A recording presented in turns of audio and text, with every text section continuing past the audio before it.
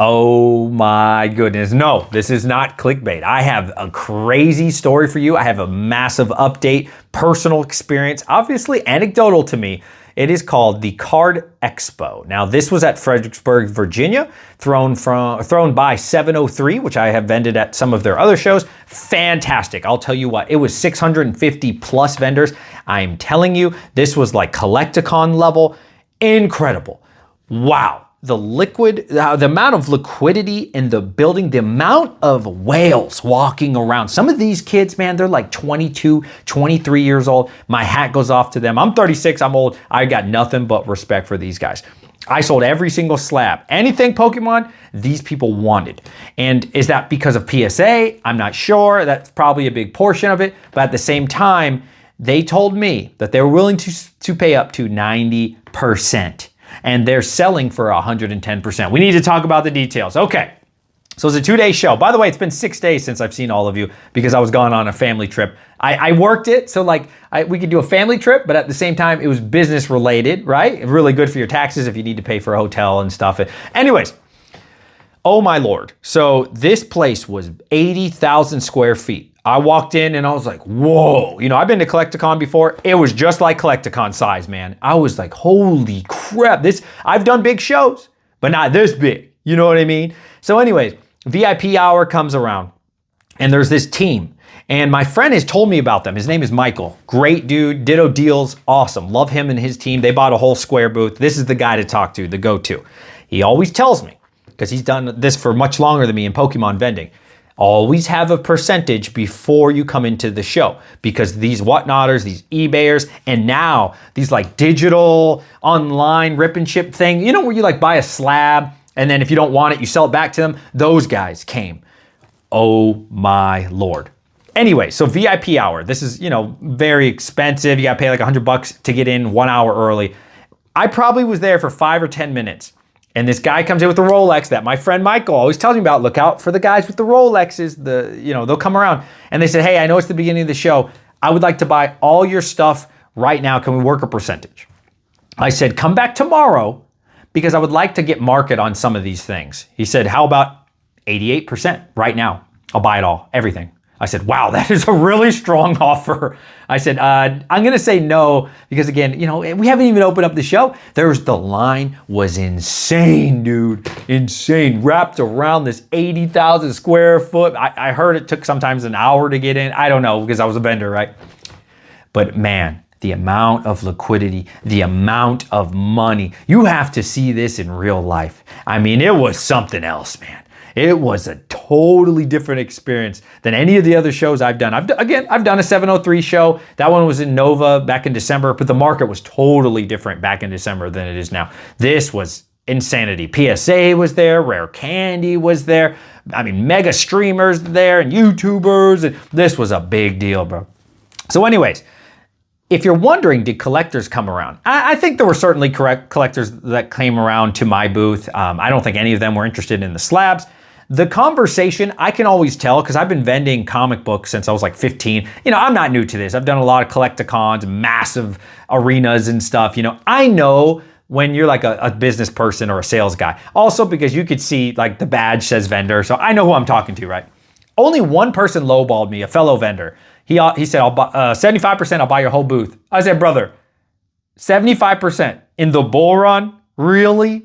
I said, you know just as well as I do, there's a massive team walking around with Rolexes and they're paying 88% up to 90%. You just offered me 75. He goes, I'll go up to 77. I can't go any higher. I said, bro, get away from my table. Get away. He said, I tried though. I said, yeah, you did try. You didn't really try very hard, okay? Like, I think people outside would pay 80%. Are you kidding me? And then we were talking about top cards, bro. We're talking about Sylveon, you know, like the BWR, Zekrom, Reshi Rams and 10, Surging Sparks and 10, like the top chase cards from all these sets. Offer me 77%. Get out my face with that shit.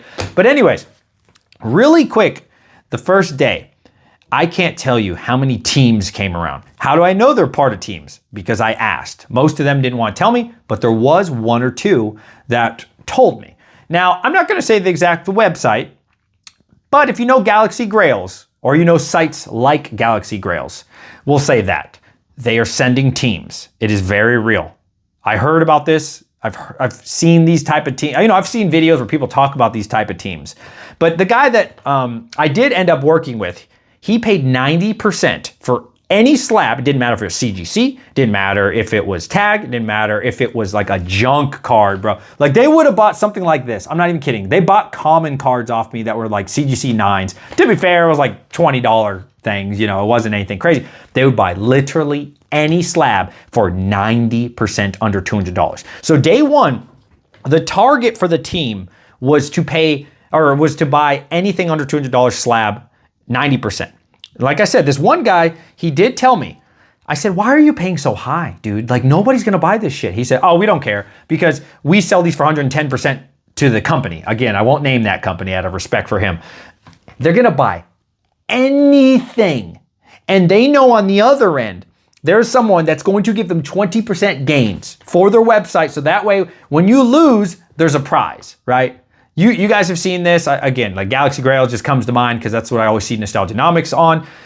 These people are paying out minimum 20% gains on literally anything they buy. You can't beat that. How do other vendors compete with that? We can't. I talk to my friends like, dude, we can't pay you 90%. You know what I mean? There's no outlet for us, at least that I know of. Sure, you could probably buy like a $20,000 card, maybe consign with someone. A little bit risky at that point though, because there's no guarantee of how the auction's gonna go. You might get to buy it now, it might work out, it might not, right? So you're kind of playing with fire, trying to get 3 to 5% margins off a gamble like that. You could probably do that from home, right? So, but anyways, they bought everything, dude. Cards that I've had, slabs that I've had for 6 months, things that got like a 9 from Black Bolt White Flare that are just junk, things that I just tried, I couldn't move this stuff. They bought all of it. And now I was like, wow, thank you so much. I'm so grateful to this dude because I know I can move Sylveon. I know I can move BWRs and I know I can move the big stuff. No problem. I can move Charizards. I have some Gengar, like the Fusion Strike, not the top one. I forgot what it is. The one that's cheaper, the like $200 range. I know I can move that stuff. But I could never move stickers and random CGC 8s. Who cares about that stuff? You know what I mean? They were on a mission Saturday. So anyways, the goal, of course, is to get full market value, but I noticed, at least in my table, I'm sure everybody's experience is different depending on where you are in the room and stuff. It was rather hard to see me probably compared to some other locations, so keep that in mind. It was mostly vendor to vendor to vendor. And the competition was like the thinnest of a percentage.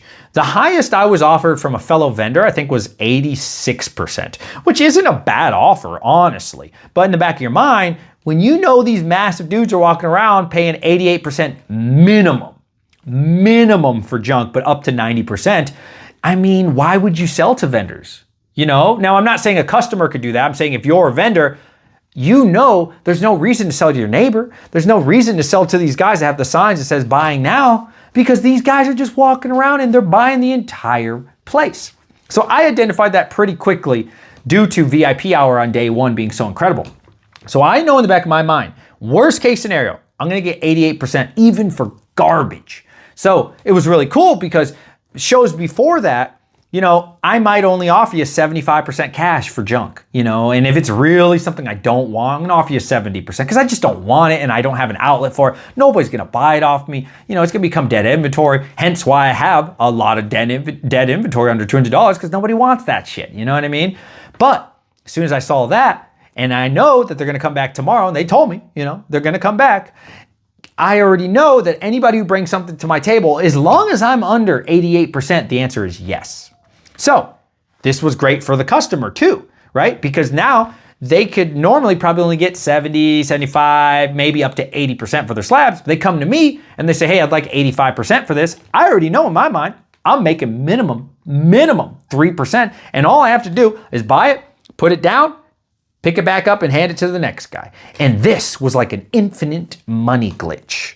I've heard about this, but I never got to do it. And so the answer was always yes. Every single slab under $200, the answer was yes. I didn't care if it was Chinese. I didn't care if it was Japanese. I didn't care if it was CGC 7 or 4 or 1. It did not matter. And so, yeah, people come to your booth, again, customers, non-vendors. Hey, do you need any? I know these slabs aren't any good or anything. You know, would you be interested? Oh yeah, I'll take them all. They're like, really? You know, because it benefited everybody in the ecosystem. It was crazy because they know what they're handing me. I'm probably not going to buy. In a normal market, I'm not going to buy that, right? Nobody's going to buy that. But in this market with the infinite money glitch for literally the customer, the vendor, the person buying it, everybody benefits. It was wild. So I talk them down. I'd be like, hey, you know, can I give you 83%? Full disclosure, I'm probably going to sell this at like 88%. I'll make 5%. So it was just like, yes, okay, boom, boom, I'll take your card. Oh, that card you can't move? I'm helping them. And then this next guy's helping me. It was great. It was insane. So anyways, the team comes around, you know, again, they're doing every corner of the building. The next person comes around. I say, hey, I got some more slabs for you. They said, great, I'll pay you 90%. Some of them, 88%. Sure, there you go. Pff, I don't care. Yeah, you know, do you make a bunch of money off it? No, but the volume potential, insane. So then the second day comes around. Now they've upped it, right? Now they're not really looking for like 200 and under, because I think honestly they bought the entire building if I had to guess. Obviously, you know, I can't see all 600 vendors and stuff. That's just what the vibe is. Who would not say yes to 90%, you know what I mean, for cards that you literally cannot move or have not been able to move historically? The second day was 88% was like the offer. 88%. And this guy, his name was 007 something. I can't remember. He was super cool. He said, hey, can I buy all your slabs for 88%? I said, how about this? I will take 88%, which is an incredible percentage, especially when buying everything, right? I will sell you anything under $500 for 88%. Anything over $500, which I have a lot of I had a lot of slabs worth over $500. I want 90. He said, done.